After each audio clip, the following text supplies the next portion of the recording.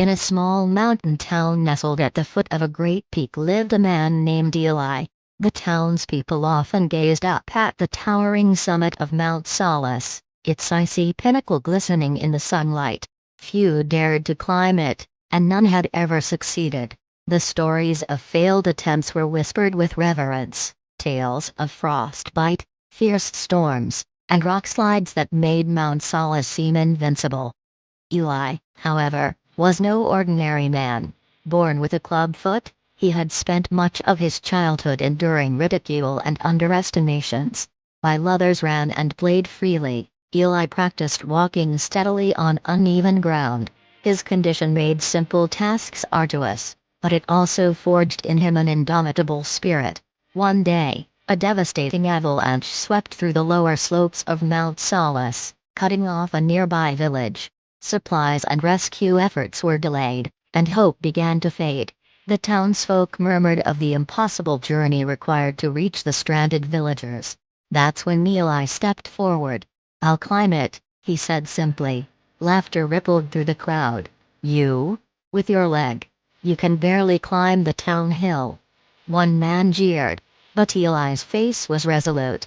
Eli began his preparations. He studied the mountain's terrain, weather patterns, and the stories of past climbers. While others doubted, a few kind souls encouraged him, providing ropes, gear, and warm clothing. "Take each step with purpose," an old mountaineer advised. The mountain respects persistence. The day of the climb dawned clear and crisp. Eli set out alone, his pack heavy with supplies. Each step was a test of will. His foot slipped often, and the uneven terrain sent jolts of pain up his leg. But he pressed on, drawing strength from the thought of the villagers awaiting help.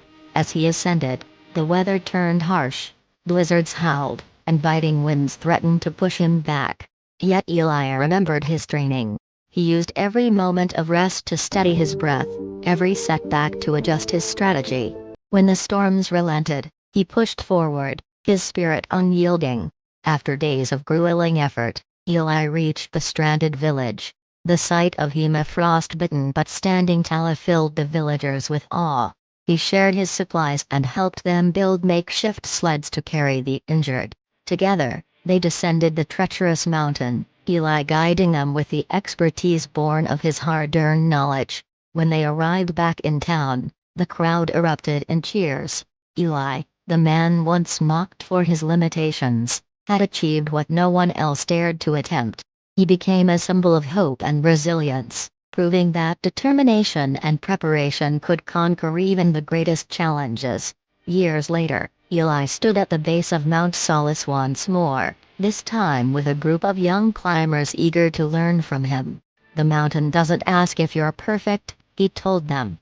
"It asks if you're willing to try." From that day on, Eli's story inspired countless others to face their own mountains, teaching them that obstacles are not barriers, they're opportunities to rise.